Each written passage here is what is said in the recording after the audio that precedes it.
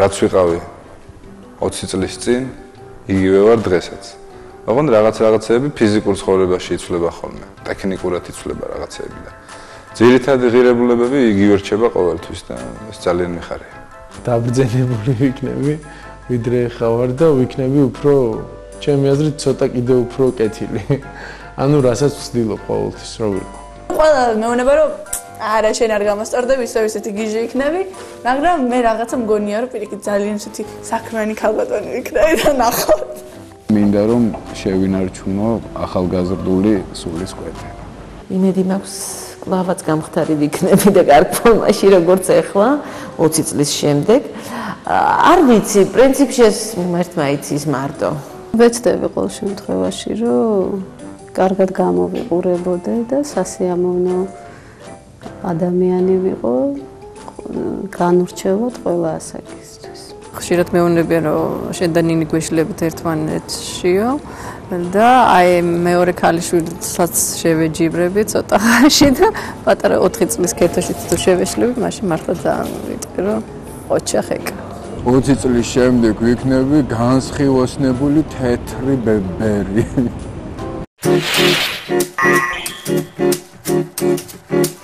ყველაზე დიდი ენერგია ალბათ მუშაობის დროს მიდის. ეს არის ან გადაღება, ან სპექტაკლზე მუშაობა, ყველაზე რთული პროცესი. ალბათ სიმღერის ჩაწერაც. ბევრ რამეში მიწევს მისი დახარჯვა, რა თქმა უნდა, დაწყებული დილიდან საღამომდე სამსახურში, მერე ალბათ რაღაც შუაში აუცილებლად მექნება გასაკეთებელი და მერე ან კონცერტი, ან რეპეტიცია, ან რამე მსგავსი. ყველაზე დიდ ენერგიას ვხარჯავ მუსიკის კეთებაში და სიყვარულში. ისე ცხოვრებაში ძალიან ვიღლები, იმიტომ რომ სულ რაღაცა გიჟი ვიტვარ და არ მივარ და ვხტივარ და ყველაფერში დიდი ენერგია მეხარჯა. ალბათ სცენაზე იხარჯება ყველაზე დიდი ენერგია. აი შემიძლია კიდევაც გითხრა რა, ყოფილა ყველა მომღერალს უმღერია პლუსი ფონოგრამით, ხო? რაც დღეს ყველაზე ისეთი აქტუალურია, მაგრამ იმ დროსაც მე აბსოლუტურად მთელი ადაჭდღერი ვარ. და ხარჯავ ენერგიას ძალიან. სტუდიაში მუშაობის დროს ყველაზე დიდი ენერგია მაშინ მეხარჯა. ყველაზე დიდი ენერგიას მუსიკაში როგორც ყოველთვის რა, იმიტომ რომ მუსიკას მიაქვს ყველაზე მეტი ენერგია და ამიტომ მახარჯინებს, მე არ მინდა ხოლმე, მაგრამ ამის გარდა ყველაზე დიდი სიამოვნებით ალბათ დავხარჯავდი ახალი მეგობრების შეძენაში დროს. იმიტომ რომ რაც უფრო მეტი ურთიერთობა გაქვს და მას უფრო გახსნილი ხარ, უფრო მეტად თავისუფალია შენი შემოქმედება. ჩემი აზრით ყველაზე მეტ ენერგიას ვხარჯავ უსაქმურობაში, იმიტომ რომ სუმგონია რომ ძალიან ბევრ დროს არაფერისთვის არ ვაკეთებ, ანუ ძალიან ბევრი დრო არაფერს არ ვაკეთებ.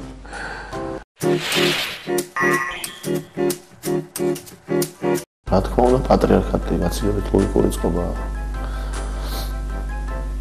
აბიჩევდი, ეგრეც არის პრინციპში. და იმიტომ რომ ლოგიკური პრობლემებია, ღმერთმა ეგრე დააწესა და ჩვენც არ უნდა ვეცადოთ რომ ეს დინარეები შემოვაბრუნოთ და არაბუნებრივობაში გადავარდეთ ხშირად რაშიც არდებიან ბევრი. ჩემზე რომ იყოს დამოკიდებული თანაბარ უფლებიანობას მივანიჭებდი ორივე მხარეს. მე ამ ორი პოზიციიდან ავირჩევდი იმ პოზიციას, რომელიც ჩვენმა ტრადიციამ მოგვიტანა აქამდე, ჩვენმა წინაპრებმა მოგვიტანის აქამდე. ეს უბრალოდ ესეც რო არ იყოს და ესეც შეხედულებაც რო არ მქონდეს, სისხლში დადის სისხლი, რომელიც აიძულებს რომ თქვა რომ აი უნდა ვიყოთ კაცი, უნდა იყოს კაცი და ქალი უნდა იყოს ქალი. და გაურკვეველი ორიენტაციის არც კაცი მინდა და არც ქალი არ მინდა. მე ამ წყობას, ანუ მამაკაცს ვანიჭებ უპირატესობას. მამაკაცმა უნდა მართოს სახელმწიფოებრივი, საოჯახო და ძალიან ბევრი საქმეები, ძირითადად. ეს მატრიარქატი კაია, რადგან ქალი ვარ, მაგრამ პრინციპში, ალბათ ბოლომდე ქალისდობაც ძნელი, ასე რომ, პატრიარქატი იყოს. გავაკეთებდი ერთობლივ საწარმოს, რომ ისიც ყოფილიყო და ისიც ასე თქვათ, რომ ქალებსაც და კაცებსაც ქონოდათ, თქვათ, ერთნაირი უფლებები. დამსახურების და მიხების და თქმა უნდა. ავირჩევდი მატრიარქატს, იმიტომ რომ ჩემი აზრით ქალები უფრო გონიერები არიან. მატრიარქატს, იმიტომ რომ კი არა, პატრიარქატს აშუაშია, პატრიარქატს, როგორიც არის ახლა. პატრიარქატი არ არის მაინც. მატრიარქატი არ ვარ. არ მინდა. საქართველოში ყოველთვის, ისტორიულად და ტრადიციულად ზუსტად იგივე იყო თითქოს პატრიარქატი, კაცები მართავდნენ, მაგრამ ქალს იმდენად აღმერთებდა ქართველი კაცი, იმდენად წინა პლანზე იდგა ყოველთვის ქალი, რომ მე მაინც ვფიქრობ, რომ ეს რაღაც პატრიარქატი უფრო იყო. კი, კაცი იღებს გადაწყვეტილებას, მაგრამ მას გვერდში ჭკვიანი ქალი უდგას და ის ქალი აღებინებს ამ გადაწყვეტილებას კაცს. ტრადიციულად ქართველი ქალები ძალიან ჭკვიანები არიან, ასე რომ ჩვენთან ასეთი წყობა. ისეთი მდგომარეობა საქართველოში დღეს პოლიტიკური, რა თქმა უნდა, დღეს ყველა ფიქრობს პოლიტიკაზე. და რაღაცა ყველა ცდილობს, ვისაც თქვა რა შეუძლია თავისი რაღაც პოზიცია წარმოაჩინოს. პოლიტიკა არ მინდა არასოდეს არ მაინტერესებს. პოლიტიკოსი რა ვიცი, რაღაც არასდროს არ მიფიქრია მაგაზე, რომ გამხდარიყავი პოლიტიკოსი. ალბათ არა. კი, გამჩენია, მაგრამ დაინტერესებულ არ ამ პოლიტიკის სფეროთი რა როგორ და რანაირად ხდება და სურვილი აღარ მაქვს, იმიტომ რომ შოუ ბიზნესზე გაცილებით დიდი სიბინძურეა პოლიტიკაში. რა ვიცი, ჯერჯერობით არ გამჩენია მის სურვილი. და არც ასაკი არა მაქვს ამის, რომ მე რაღაც მოვიდო, მაგრამ ჯერ არა. არასდროს. გამიჩნდება მაგის სურვილი. იმიტომ რომ მუსიკოსი ვარ და გაცილებით უფრო სიამოვნებს ეს საქმე ვიდრე სხვა დანარჩენი. არასდროს, იმიტომ რომ მე ვფიქრობ, რომ ეს ჩემი საქმე არ არის და არც ჩემი მოწოდება და საერთოდ ვთვლი, რომ პოლიტიკაში საჭიროა იყოს საკმაოდ ჭკვიანი, რაღაცა სხვანაირი აზროვნების მქონე ადამიანი და მე ამ ამპლუაში ჩემთავ ვერასდროს ვერ წარმომიდგენია. როგორ ფიქრობ, ახლა მე გამიჩნდებოდა ასეთი სურვილი? არა, ღმერთმა დამიფაროს, როგორ გეკადრება. უბრალოდ ეს ნამდვილად არ არის ჩემი საქმე, რომ ვუყურებ, იცი? და ღმერთმა დაიფაროს ის ხალხი, რომ მე პოლიტიკოსი გავხდე, ის ერი ღმერთმა დაიფაროს. არა, მადლობთ, არ მინდა, დიდი მადლობა. არა, ესეც სურვილი არასდროს არ გამჩენია და არც გამიჩნდება, მე მგონი. მე ვფიქრობ, რომ დღევანდელი შოუ ბიზნესი ძალიან ნორმალურად და კარგად ვითარდება. უბრალოდ რა შევცვლიდი, იცი? უფრო ცენზურას გავაკეთებდი და თქვათ არ გავუშვებდი, თქვათ რაღაც ცოტა, აი ზოგი არის, თქვათ ძალიან დაბალი ხარისხის მუსიკა არის, იგივე კლიპები და ამას ცოტა ავგრძალავდი. შოუ ბიზნესში მე ვერაფერს ვერ შევცვლიდი. დღესდღეობით. ძალიან ბევრი ხარისხო და ძალიან ბევრი დაბალი დონის მომღერლები არის. ძალიან ბევრი ამის შევცვლით. და დავტოვებდი მხოლოდ იმათ, ვინც არის ხალხის რჩეული.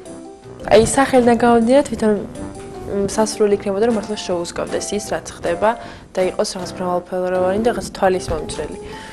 აქედან გამომდინარე, ყველაფერი შესაძლებელია, რომ მაგამდე მივიდეთ. დღევანდელ შოუ ბიზნესში ასაც შევცვლიდი, ამას ეს იქნებოდა აი ამ პატარა ბავშვების და ასე ვთქვათ უკვე უფროსი მომღერლების ერთად გამოსვლას. მეტი ფულია საჭირო, მეტი თანხებია საჭირო, იმიტომ რომ არის უამრავი ნიჭიერი ადამიანი, არის უამრავი კარგი იდეა, რასაც ხორჩესკმა ჭირდება და რისთვისაც საჭიროა კაპიტალი. ეხლა ვითარდება, ეხლა იკიდებს ფეხს და აქედან გამომდინარე, რაც ხდება, დადებითი ხდება. იმიტომ რომ ხანდახან ცუდიც კარგია იმისთვის, რომ გავიგოთ რა არის კარგი და ამდენად პირველ რიგში მივესალმები იმას, რომ დღეს უკვე საუბრობენ საქართველოში ისეთ დიდ სფეროზე, როგორიც შოუ ბიზნესია. კაცრი მოთხოვნა მექნებოდა პროდიუსერი რომ ვიყო მაგალითად. რომ ადამიანებმა იმღერონ და დაუკრათ აი ძალიან მცირედი, მაგრამ ესეთი საკმაოდ ლოგიკური მოთხოვნა რომ მუსიკოსებმა იმღერონ და დაუკრათ.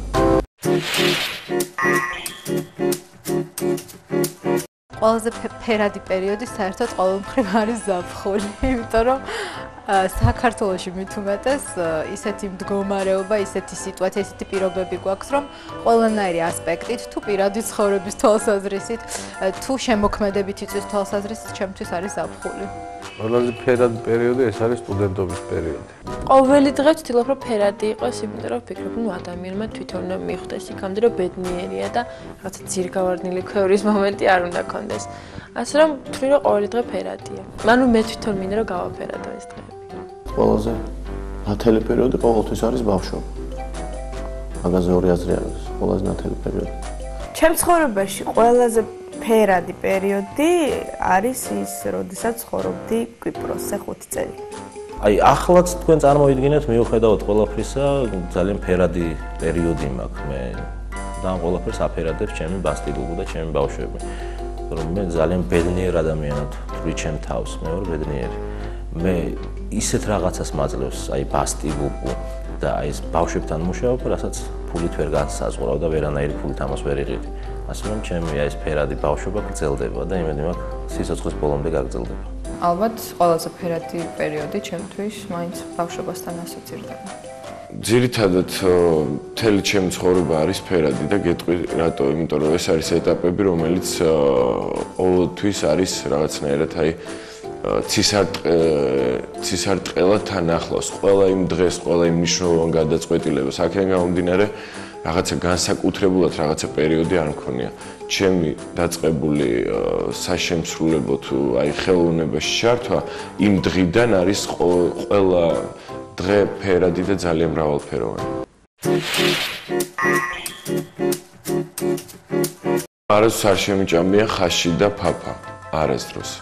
ნუ არ მიყვარს, მაგრამ რა ვიცი, სურვილიც არ მაქვს, იმიტომ რომ რაღაცა ვერ ვიტან ამ ორ. ბაღში არ ჭამდი ფაფას და ბახმელიაზე არ ჭამ ხაშს ეხლა. ხვარი არ მიყვარს. ხვრის ხორცი არ მიყვარს, რაღაცა სპეციფიკური სუნი აქვს და აქედან გამომდინარე, აი არასდროს არ შევჭამ ალბათ. ვერ ვიტან პაშტეტს და ვერასდროს ვერ შევჭამ და ასევე შემწვარ გოჭის ხორცს. არ ვარ მე კარგი მჭამელი რა. 12 წლამდე დედა ჩემი მეუბნება, 12 წლამდე თურმე მარტო წყალს ვსვავდი. არაფერს არ ვჭამდი აბსოლუტურად რა. ესეთი მჭამელი ვიყავ. რა საჭმელი არ მიყვარს, უბრალოდ გეტყვით რომ ძალიან მიყვარს ლობიო. აი მე გამოიტანეთ დასკვნა, ეხლა მე რამდენი საჭმელი არ მიყვარს წარმოიდგინე. და ცხიმიანი საჭმელები არ მიყვარს, თან რასაც ბევრი ცხიმია, იმას ვერ შევჭამ ვერასოდეს. ეს კონკრეტული არ ვიცი. ვერ ვჭამ ცხრის ხორცს და მასთან დაკავშირებულ ერთ პროდუქტს ვერც ყველს თქვა, ცხრის ყველს. საერთოდ რაც ბეს და მესი ძახის ცოტა ფრთხილად ავარ. უფრო ნაკლებად მიყვარს თევზეულობა.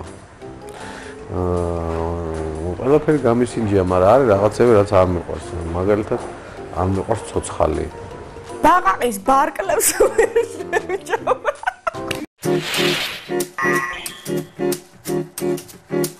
ჩემი რეაქცია გამოიხატება ესეთი ფრაზით, რომელიც ეს ეთერში არ ამგონია რომ გავიდეს. ალბათ არავის არ გაუკვირდება რომ სხვა რაღაცა თქვა. ისე პრინციპში ვერ დავიწუწუნებ, რომ ამ ბოლო დროს ხშირად ხდება შოკის ჩაქრობა, ანუ ცოტა უფრო ისეთი გახდა იშვიათობა და არაფერი ალბათ რაღაც ესეთი, თორე ისეთი არაფერი. როცა სინათლე ქრება, ყოველთვის მომდის სხვადასხვა რეპლიკები და ერთ-ერთია ესეთი, რომ ვინც გამორთო იმის დედაც და ან თქვენი დედაც ჯერ ან რაღაცა ხო. ხო, მაგრამ ეხლა ძირითადად ეს პრობლემა აღარ მოწუხებს რაღაც. მოგიხსნეს. მაქვს რეაქცია ერთადერთი ის, რომ შეიძლება ფრაზით გამოვხატო, ან შეიძლება საერთოდ რეაქცია აღარ მქონდეს. ბოლო პერიოდში რეაქცია არ მაქვს, იმიტომ რომ უკვე მივეჩვიეთ და ეს ყოველდღიურ ცხოვრების რაღაცა მომენტად იქცა და ამიტომ იშვიათად მაქვს ხოლმე რეაქცია და ძირითადად შეძახილით. კიდე ჩაქრა. როდესაც შუქი ქრება ხოლმე, მე მგონი მაგდროს მე სახლში არ ვარ, იცი, საკმაოდ გვიანმეტი ვარ ხოლმე სახლში და ჩამქრალია უკვე. შუქის ჩაქრობის დროს ესეთი ფრაზა, ვაიმე, დედა შუქი წავიდა. პირველი ფრაზა რაც არის ამათი დედა ვატირე. ეს არის პირველი და მე მიდის და მიდის.